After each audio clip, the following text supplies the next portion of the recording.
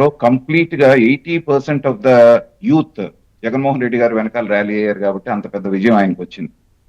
కానీ దానికి పూర్తి వ్యతిరేకంగా 2024లో యువత అంతా కూడా కూటమి పట్ల ఆకర్షితులై కూటమికి పెద్ద ఎత్తున మద్దతు ఇవ్వటం వలన వీళ్ళంతా భారీ దీంట్లో సంఖ్యలో గెలిచారు.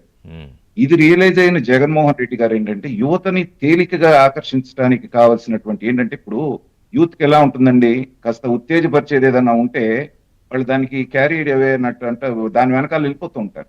అవును. సో ఇలాంటిది కిక్ ఇచ్చేటువంటి మాటలు ఒక పక్కన గంజా ఇస్తూ ఇంకో పక్కన ఇలాంటివి ఇచ్చు విచ్చలవిడిగా వాళ్ళని ఇటువైపుకు తిప్పుకోవాలి అనేటువంటి ఒక కుట్ర ఏమన్నా జరుగుతుందేమోనని నాకు అనుమానం వస్తుంది. ఇందాక మన వాళ్ళు mention కరెక్టే మీరు చేసినట్టుగా, చెప్పింది, మీ మీ మీ అంచనా కరెక్టే. ఆ, ఇప్పుడు ఆ, భారీ ఎత్తున ప్రపంచ రికార్డు స్థాయిలో మనం యోగా డే చేసుకున్నాం రిషి గారు. అవును. దాని గురించి మనం ఎన్నాళ్ళు డిబేట్ చేసామండి, ఏ ఛానల్ అయినా అవును. రోజు మాట్లాడేసాం, వదిలేసాం.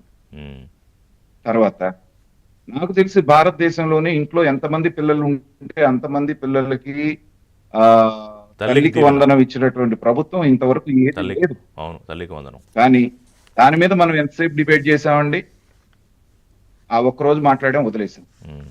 కానీ నిత్యం జగన్మోహన్ రెడ్డి గారి గురించి డిబేట్ చేస్తూనే ఉన్నాం కదా. అవును, ప్రతిరోజు మనం డిబేట్ చేస్తుంది జగన్మోహన్ రెడ్డి గారి గురించే కదా. కాబట్టి రాష్ట్రంలో జరిగేటువంటి అభివృద్ధి కానీ దాని సంక్షేమం ఏదైతే ఉందో దాని జనం దృష్టిలోకి వెళ్లకుండా తన చుట్టే రాజకీయాన్ని తిప్పుకోవాలనేటువంటి ఒక దుష్ట ఆలోచనతో అతను వెళ్తున్నాడు. మనందరం అట్లా.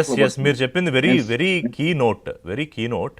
సో ఇక్కడ ప్రభుత్వం దృష్టిలో పెట్టుకోవాల్సింది, ఆచరణలో తీసుకురావాల్సిన రెండు విషయాలు ఏంటంటే, సరే సుపరిపాలన చెయ్యాలి, అందుకే మిమ్మల్ని ఎన్నుకున్నారు, అంత గొప్పగా సీట్లు ఇచ్చింది కూడా అందుకే ఆంధ్రప్రదేశ్ ప్రభుత్వం.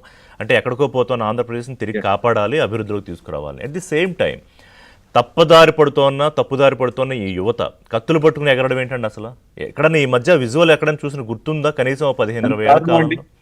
సో ఈ విషయం మీద ప్రభుత్వం దృష్టి పెట్టకపోతే ఆ యూత్ లైఫ్లు, ఆ యూత్ ఎడ్యుకేషన్, కెరీర్లు పాడైపోతాయి. బట్ హ్యావింగ్ సెడ్ దిస్, వాళ్ళందరి మీద కేసులు ఫైల్ చేసి అర్జెంటుగా లోపల పంపించాడు, తర్వాత బయటకు వస్తారు.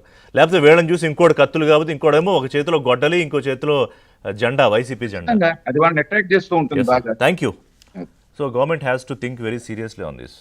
థ్యాంక్ యూ వెరీ మచ్ అండి నాగార్జున గారు, వెంకటేశ్వర్లు గారు అండ్ గురుమూర్తి గారు. ఇది వాళ్ళ ఏబిఎన్ బ్రేక్ఫాస్ట్. అప్డేట్స్ కోసం stay tune to ABN Andhra Jyothi.